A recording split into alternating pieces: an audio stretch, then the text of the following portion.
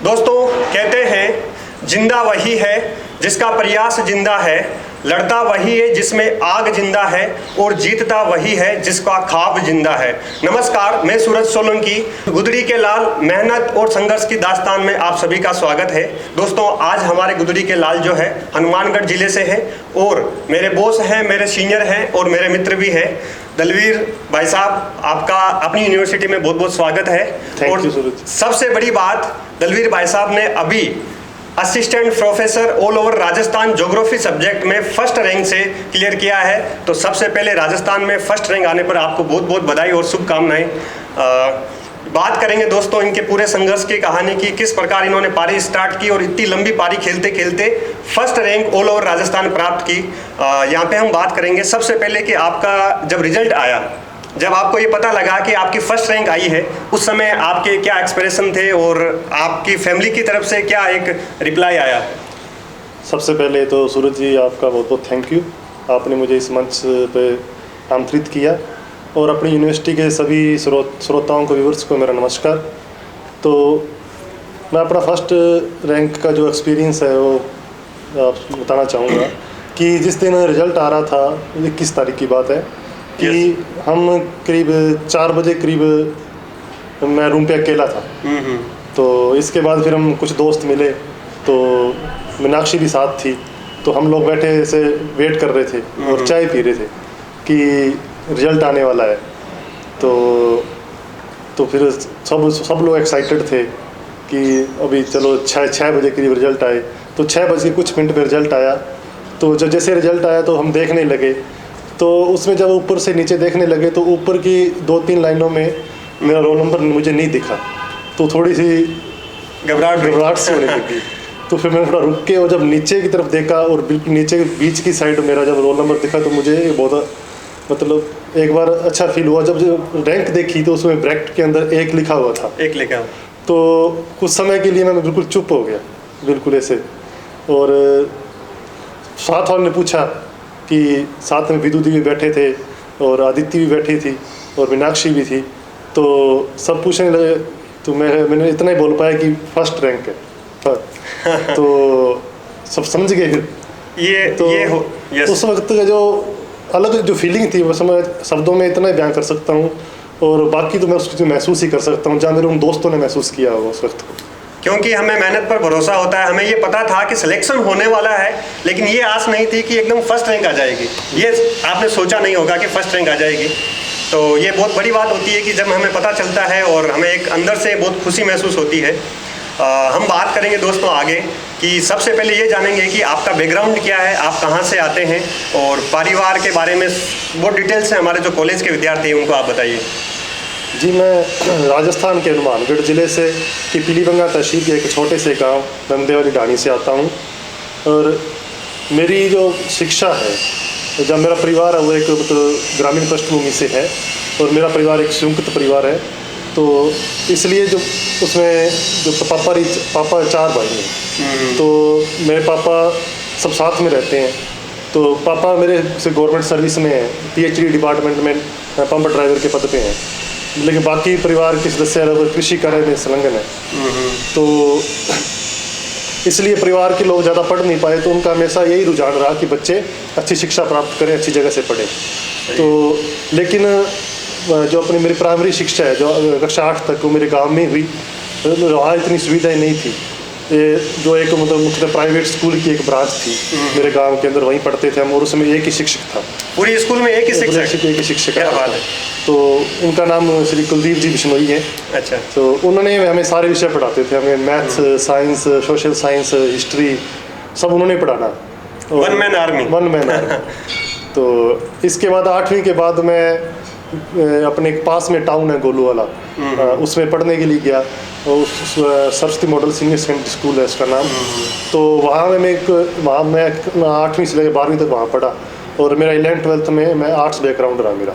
अच्छा। और 12th के बाद मैं परिष्कार college of global excellence Mansarovar Jaipur में एडमिशन लिया और MA मेरी अपनी राजस्थान विश्वविद्यालय भूगोल विभाग जयपुर से हुई और वर्तमान में PhD कर रहा हूँ भूगोल विभाग से। तो दोस्तों आप देख सकते हैं कि हनुमानगढ़ जिले के छोटे से गांव पीलीबंगा, आपने कालीबंगा नाम सुना होगा, उसके पास में ही पीलीबंगा है। और जो हनुमानगढ़ का इनका गांव है वो लगभग टच है हरियाणा और पंजाब के, तो उधर का कल्चर आता है। जो दलवीर भाई साहब हैं ये अपने कॉलेज टाइम में पगड़ी लगाया करते थे, तो उस समय से ही हम इनको प्यार से पाजी कहते हैं। तो पाजी जो है उस कल्चर से आते हैं। आपने देखा कि किस प्रकार बैकग्राउंड एक जॉइंट फैमिली वाला है और ग्रामीण पृष्ठभूमि से परिवार किसानी खेती का कार्य है, और उस बैकग्राउंड से निकलकर जयपुर तक पहुंचे। तो यहाँ पे मैं कहूँगा कि परिष्कार जो कॉलेज आप आए परिष्कार में, तो वो आइडिया आपके कहाँ से आया, परिष्कार का सजेशन किसने दिया आपको? जब मैंने 12th क्लास पास की तो मन में हमेशा था कि किसी विश्वविद्यालय से पढ़ना है।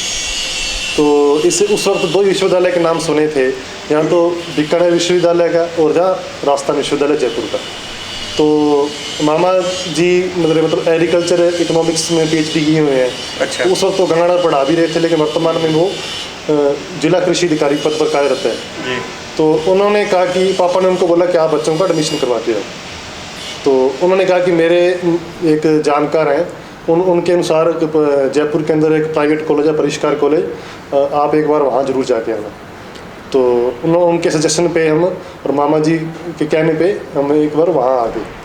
तो जब एक बार वहाँ आए तो फिर वहीं के होके रह गए। तो फिर BA मेरी फिर परिष्कार से हुई। एक्सीलेंस से। यहाँ पे मामा जी का योगदान है, सेम मेरी कहानी भी यही है। मुझे भी जो है मेरे मामा जी टीचर है, प्रिंसिपल है वर्तमान में, वो परिष्कार कॉलेज में छोड़ के गए और वहीं से पारी स्टार्ट हुई। जब हम परिष्कार में आए तो जो है पाजी की फोटोज लगी हुई थी, और सबसे बड़ी बात ये है कि पाजी ने पूरा यूनिवर्सिटी टॉप किया है। परिष्कार कॉलेज तो टॉप किया, यही राजस्थान यूनिवर्सिटी टॉप किया और गोल्ड मेडलिस्ट भी हैं। तो इनका फोटो देखते थे तो इनसे हम कुछ चीज़ें पूछने जाते थे, कई बार टच में रहते थे कि ये जो है पढ़ने वाले हैं, इंटेलिजेंट है। तो उस दौर से ही इन्होंने जो है तैयारी करना स्टार्ट कर दी।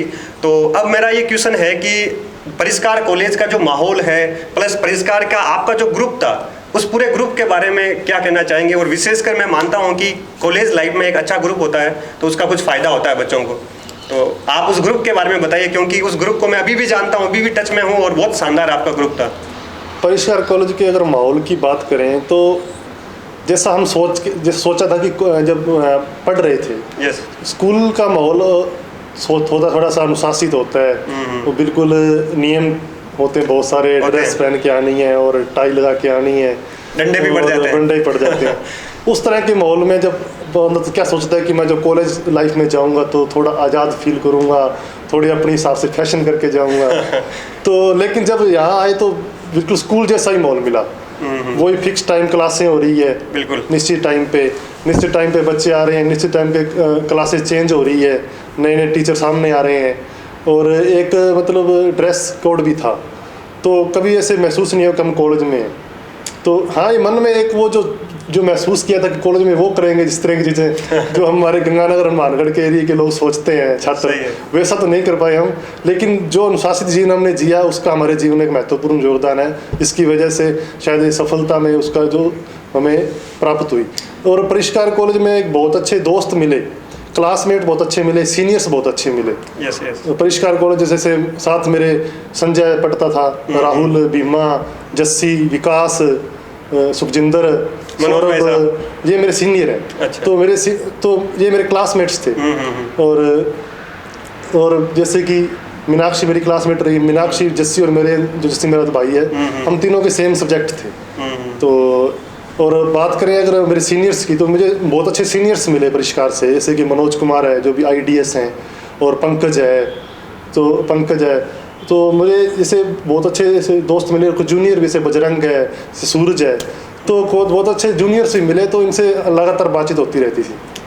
यहाँ पे जैसे मैं कहूँगा कि हमारे भीम भाई साहब हैं वो एडवोकेट हैं, पंकज भाई साहब हैं वो भी अभी कॉलेज में पढ़ा रहे हैं, और मनोज भाई साहब IAS हैं, अभी अम्बाला पोस्टिंग है, और भी सारे दोस्त आपके ग्रुप है, लगभग सारे सिलेक्टेड हो गए। मीनाक्षी जो हैं अभी RS हैं, उनका भी अभी पिछले वैकेंसी में सिलेक्शन हुआ, अभी वापस इंटरव्यू कॉल भी आ रखा है। तो सारा आपका ग्रुप जो है वो एक अच्छा ग्रुप था, पॉजिटिव। हम भी सीखते थे आपको देखकर, हमारे सीनियर्स को देखकर। हमने भी परिष्कार कॉलेज में एक, आपने नाम सुना होगा, सत्यमेव जयते ग्रुप हमने बनाया था। सुनील, बजरंग, अशोक और जो है काफ़ी और भी लोग थे, गोविंद वगैरह सारे जो हमने एक ग्रुप बनाया था, इनको देख के हम आगे चीज़ें करते थे और कुछ जैसे एक्टिविटीज़ में भाग लेना, ये सारी चीज़ें होती थी। तो परिष्कार का तो ये सारा योगदान रहा। साथ में जैसे आपको क्या लगता है कि कॉलेज का जो एक जीवन होता है, स्टूडेंट को किस प्रकार जीना चाहिए, और वो थोड़ा शॉर्टकट में चलते हैं, जैसे 1 वीक सीरीज पढ़ लिया, आपने तो यूनिवर्सिटी टॉप किया है, तो आप क्या कहना चाहेंगे कि कॉलेज के स्टूडेंट को कि किस प्रकार पढ़ना चाहिए कॉलेज में? बात ये है कि जैसे परिष्कार ऐसा कॉलेज है तो वहाँ पे रेगुलर क्लासेज होती है। यस। तो जैसे हम रेगुलर क्लासेस भी लिया करें। कुछ लोग बंक करते भी थे, लेकिन मेरी अटेंडेंस हम लगभग 90% अबव रही होगी, जहाँ तक मेरा अनुमान है। तो रेगुलर क्लास ली। इसके अलावा वहाँ पे जो स्टाफ था, जैसे सुजाता मैम थे, मधुसूदन शर्मा सर थे, पर्वत सिंह राठौड़ सर थे, मनोज जी थे, सुनीता मैम थे। तो इन्होंने जो हमें पढ़ाया, जो बुक्स सजेस्ट की, तो हम वो वही बुक्स पढ़ी। मैंने अपनी तैयारी के दौरान ही उन्होंने जो रेफरेंस बुक्स बताई थी हमको। इसके अलावा मैंने 1 वीक सीरीज वगैरह नहीं पढ़ी। तो इसके अलावा जो हमारे क्लास में क्लास नोट्स बनवाते थे, हम उनको भी बार बार रिवाइज करते थे। और इसके अलावा कुछ जो पेपर के दौरान भी कुछ स्ट्रेटजी रहती थी, किस तरह अटैम्प्ट करना है, तो उन चीज़ों का योगदान एक अच्छे मार्क्स में रहा हमेशा। तो किताबें पढ़ने के साथ साथ आप नोट्स भी बनाते थे? क्या सीन रहता था, केवल किताबें पढ़ के रख देते थे? मेरा वैसे मैं नोट्स बहुत कम बनाता हूँ। जो उस वक्त से बीए के अंदर जो क्लास में नोट्स बना दी जाती थी, ठीक है, वरना मैं सेल्फ नोट्स बहुत कम बनाए हूँ। क्लास नोट्स भी हमारे जैसे परिष्कार में रेगुलर क्लासें होती थी, कुछ पीपीटी पे भी होती थी, वहाँ पे नोट्स मिल जाते थे। और फिर परिष्कार में आगे बढ़ते बढ़ते फिर आगे आरयू में आपका चयन हुआ, एमए डिपार्टमेंट से किया, और एमए प्रीवियस में ही आपने नेट निकाल लिया। एमए प्रीवियस में ही नेट हुआ है, फर्स्ट अटेम्प्ट में हुआ है, जो कि मान्य नहीं होती है। फिर कंटिन्यू वापस भी नेट जेआरएफ किया। तो बाद में जो है आपका पीएचडी अभी चल रही है। जी जी, आरयू से चल रही है? ये आरयू से चल रही है मेरी, प्रोफेसर सेरिना काली अंडर मैम के अंडर। अच्छा। और अब जो है आपने उसके दौरान आप तैयारी कर रहे थे, क्योंकि आपने बीएड नहीं किया है। जी, बीएड नहीं किया। बीएड नहीं किया है, और लगभग राजस्थान में जो है बीएड को अनिवार्य डिग्री माना जाता है कि ये तो करना ही है। तो बीएड जब नहीं करते हैं, साथ में सिविल सर्विसेज करते हैं, और एमए नेट जेआरएफ हो गया था, तो आपके लिए फील्ड केवल दो ही थे। जो एक तो सिविल सर्विसेज का था, दूसरा अगर कहें कि असिस्टेंट प्रोफेसर का था। तो ये दोनों ही जो एग्जाम है, इनको मैं मानता हूँ कि ये एक मैराथन दौड़ है, एक लंबी पारी आपको खेलनी पड़ती है। तो इस दौरान आप किस प्रकार अपने आप को मोटिवेट रखते थे, या आपके लिए एनर्जी आपको कहाँ से आती थी कि अभी लंबा खेलना है, अभी बहुत सारे एग्जाम और देने हैं? तो उसके बारे में थोड़ा बताइए। जी, जिस बैकग्राउंड से मैं आता हूँ, मैं मध्यम परिवार से आता हूँ, तो कभी मतलब जॉब को लेके इतनी कभी जल्दबाजी नहीं रही, या परिवार की तरफ से इतना प्रेशर नहीं रहा कि जल्दी से जल्दी जॉब हासिल करो। तो हम उस तरफ से निश्चिंत थे। और पापा मेरे हमेशा कहते थे कि मुझे तेरी इतनी चिंता नहीं है, तुम मुझे पता है तू कुछ ना कुछ कर लेगा। तो ये विश्वास खुद पे भी था कि अगर मेरे पापा या मेरे परिवार को इतना विश्वास है, तो अपने जरूर खुद कुछ करेंगे। और फिर दोस्त भी इतने अच्छे थे, इतना अच्छा ग्रुप था। मनोज है, मीनाक्षी हैं, जस्सी हैं, विकास है, डॉक्टर आनंद कुमार है, डॉक्टर सुमित जांगू है। तो इनसे लगातार बातचीत होती थी, लगातार मोटिवेट करते थे। ये सभी इतना सकारात्मक लोग हैं ये, कि जब भी आप इनसे बात करोगे तो आप कभी निराश नहीं हो सकते। जब भी बार बार असफल हुए तो उन्होंने हमेशा मोटिवेट किया कि आप आगे बढ़ सकते हो। तो इसलिए हमेशा दोस्तों का भी हमेशा मार्गदर्शन मिलता रहा, उनसे प्रेरणा मिलती रही, तो हम वर्तमान तक डटे हुए हैं। तो दोस्तों, आप दलवीर भाई साहब ने बहुत बड़ी बात कही है कि अगर दोस्त अच्छे होते हैं, ग्रुप अच्छा होता है, तो उस संगति का बहुत फर्क पड़ता है। वो हमें निराशा से बाहर लेकर आते हैं और निराश होने ही नहीं देते हैं, वो हमें एक अच्छा रास्ता दिखाते हैं। और यहाँ पे यारी दोस्ती की खूब बात हो गई। अब बात करेंगे कि आपके इस जीवन में शिक्षकों का क्या योगदान रहा है, क्योंकि बहुत सारे हमारे शिक्षक होते हैं, हमारे आदर्श होते हैं, और उनसे हम बहुत कुछ सीखते हैं। तो आपके जीवन में कुछ ऐसे शिक्षक रहे होंगे, बताइए। जी, मैं इस मामले में बहुत खुशकिस्मत रहा कि मुझे जीवन में बहुत अच्छे शिक्षक मिले। अगर मैं अपनी स्कूली शिक्षा से बात करूं, तो जैसे कि एक शिक्षक थे 8वीं तक, लेकिन वो सभी के पढ़ाते थे, सभी विषय, कुलदीप जी सर। तो उन्होंने हमें पढ़ाया। तो इसके बाद जैसे मैं आगे टाउन में, गोलवारा टाउन में है, तो वहाँ भी मुझे बहुत अच्छे शिक्षक मिले। जैसे कि मैं सुथार जी हैं, जो दिल्ली पुलिस में हैं। अच्छा। और अनुराग सर हैं। और इसके बाद जब मैं बीए के में आया परिष्कार कॉलेज में, तो जहाँ पे मधुसूदन शर्मा सर है, जिन्होंने मेरे अर्थशास्त्र के अंदर बहुत रुचि उत्पन्न कर दी। और इसके अलावा अपने सुजाता मैम है, पर्वत सिंह राठौड़ सर है, मनोज सर है, सुनीता मैम है। तो इन्होंने हमें बहुत अच्छे से पढ़ाया, और जिससे हमें कहते हैं कि एक अच्छा शिक्षक ही एक अच्छी रुचि उत्पन्न करता है विषय में। बिल्कुल। तो जो मेरी इकोनॉमिक्स विषय में रुचि उत्पन्न की है उसमें मधुसूदन शर्मा सर का बहुत बड़ा योगदान रहा। और अगर मैं RU की बात करूं जहाँ से मैंने भूगोल विभाग से MA किया और वर्तमान PhD कर रहा हूं, हम खुशकिस्मत रहे कि हमें वहाँ भी बहुत अच्छे जोग्राफर मिले और रिसर्च स्कॉलर थे। एक तरीके से प्रोफेसर भी थे हमारे और रिसर्च स्कॉलर भी थे वो। तो यहाँ पे मैं एक बात और पूछूंगा कि आपने ज्योग्राफी तो पढ़ी, सब लोग पढ़ते हैं, नेट JRF सबका होता है, लेकिन ज्योग्राफी को एक एडवांस लेवल पर ले जाना कि टॉप रैंक मिल जाए, ये बहुत बड़ी बात होती है। इतने टॉप नंबर लेके आना भी बहुत बड़ी बात होती है। तो किस प्रकार आप सब्जेक्ट को इतने एडवांस लेवल पर जो है लेके गए? मैंने अभी आपको मैं उस वक्त कंटिन्यू करना चाहूँगा कि जैसे मैं RU के अंदर बहुत अच्छे प्रोफेसर्स थे। जैसे कि जो मेरे गाइड हैं प्रोफेसर श्रीना कालिया मैम है, RD गुज्जर सर है, RD डोई सर हैं, गुप्ता सर हैं, RN शर्मा सर हैं, DS चौहान सर हैं, नरेश मलिक सर हैं और CP सर हैं, ममता मैम है और श्वेता खंडेलवाल मैम है। तो इन्होंने हमें RCC में कलवाड़ सर हैं, मिश्रा सर हैं, तो इन्होंने हमें बहुत अच्छे से पढ़ाया। इन्होंने हमेशा हमें जो एक रिसर्चर्स की जो व्यू होना चाहिए इस विषय को पढ़ने का, हमेशा इन्होंने हमारे अंदर वो डेवलप करने की कोशिश की। और इसके अलावा जो मेरा दोस्त है मनोज कुमार, मैं मानता हूँ कि इस विषय को अगर इतना मजबूत हुआ है तो उसमें मनोज का ही बहुत बड़ा योगदान है, क्योंकि मनोज का UPSC के अंदर ऑप्शनल सब्जेक्ट ज्योग्राफी था। बिल्कुल सही। तो वो खुद भी सेल्फ तैयार करते और मुझे भी करवाते। तो इस वजह से मेरे को सेल्फ उस वजह से हमारे नोट्स भी तैयार हुए और कुछ मॉडल्स थे जो ह्यूमन ज्योग्राफी के, जैसे कि अपने हो गए, इंडस्ट्रियल के हो गए और रीजनल प्लानिंग होगी, थॉट होगी। तो इन्होंने हमें बहुत अच्छे से पढ़ाई मनोज ने, और इससे हम दोनों डिस्कस भी करते रहते थे। यही यारी दोस्ती का यही फायदा होता है। और इससे एक चीज़ हुई कि जब हम किसी एक मॉडल या एक थ्योरी को अलग अलग लोग बातचीत करते हैं तो अलग अलग व्यू सामने आते हैं। तो इससे मुझे जो मेरा व्यू था उसके अलावा जो भिन्न व्यू थे मुझे मनोज से प्राप्त हुए या मेरे प्रोफेसर से प्राप्त हुए। तो ये सारी जो तैयारी इन गुरुजनों के साथ में, इन जो यारी दोस्ती के साथ में चलती रही, और उसके बाद में आप साथ में लगे रहे, तैयारी कर रहे थे, सिविल सर्विस का एग्ज़ाम भी दे रहे थे, उधर भी सिलेक्शन नहीं हो रहा था, साथ में असिस्टेंट प्रोफेसर का एग्ज़ाम 2018 का आपने टॉप नंबर थे आपके, और इंटरव्यू भी आपने दिया, उसमें भी कुछ कमियां रह गई थी।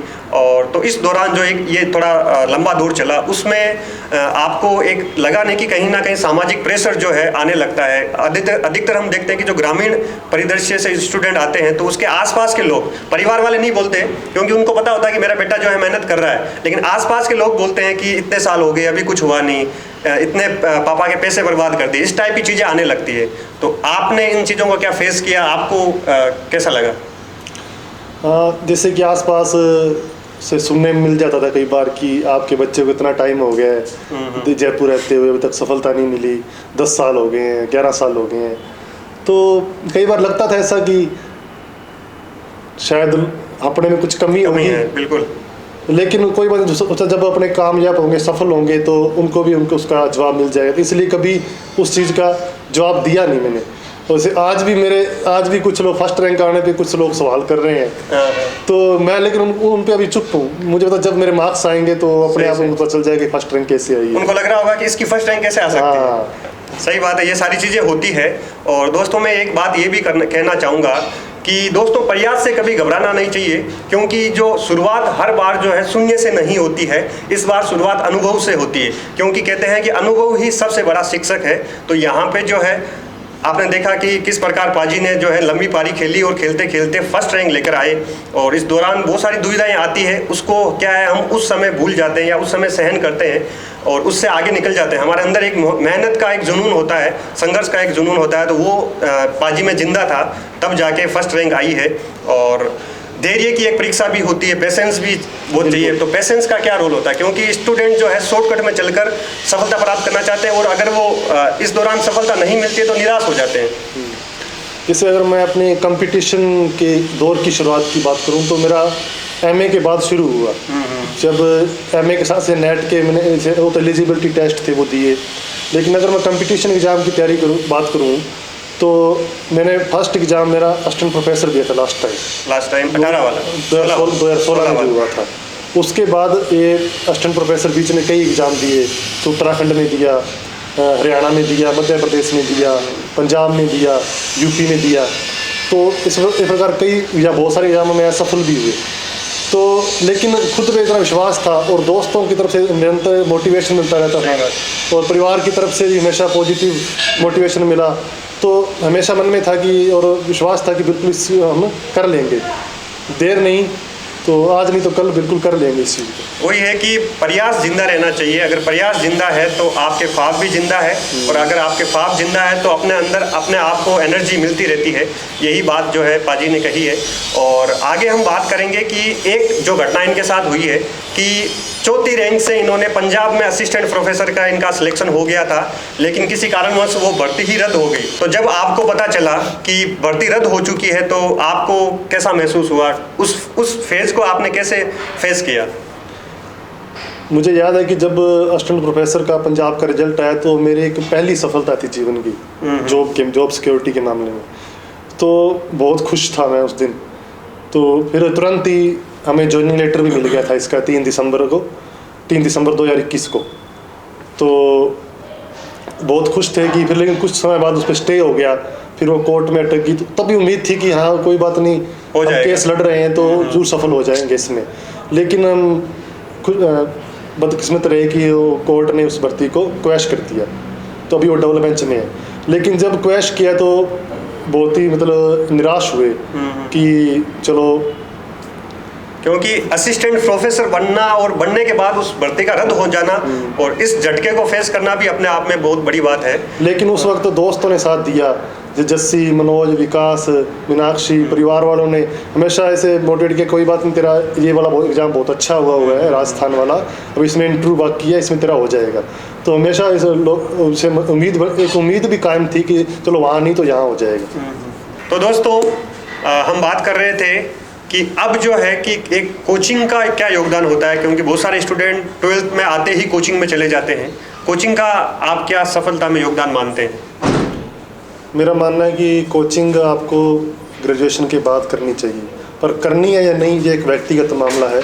अगर आपको लगता है कि आपके बेसिक्स अच्छे हैं और आप आगे एडवांस अपनी तैयारी को आगे ले जा सकते हैं तो आप खुद सेल्फ भी कर सकते हैं। अगर आपको लगता है मेरे बेसिक्स इतने अच्छे नहीं हैं जो मैं कंपटीशन की तैयारी करना चाहता हूँ उसके अकॉर्डिंग, तो तब आपको फिर आपके बेसिक्स के लिए आपको कोचिंग करनी पड़ेगी। और जहाँ तक अगर मेरी बात करूँ या इस कंपटीशन एग्ज़ाम की, असिस्टेंट प्रोफेसर एग्ज़ाम की बात करूँ, तो मेरी जो ज्योग्राफी के जब मैं एमए कर रहा था 2013 से 15 के बीच में, उस वक्त मैंने अपने बेसिक्स के लिए अपने सुधांशु सर के पास अपना कुछ वक्त बिताया। उनकी कोचिंग क्लासेस में गया तो वहाँ मेरी फिजिकल ज्योग्राफी और थॉट काफ़ी अच्छी हुई।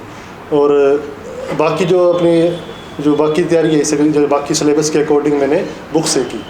और अगर टेस्ट सीरीज की बात करें कोचिंग से किसी, तो आप ऑनलाइन टेस्ट सीरीज भी कर सकते हैं इसके लिए। तो टेस्ट सीरीज का भी आपके जीवन में एक अपनी सफलता में एक अहम योगदान हो सकता है। तो दोस्तों ये कहानी सुनी और हम ये लास्ट में मैसेज सुनेंगे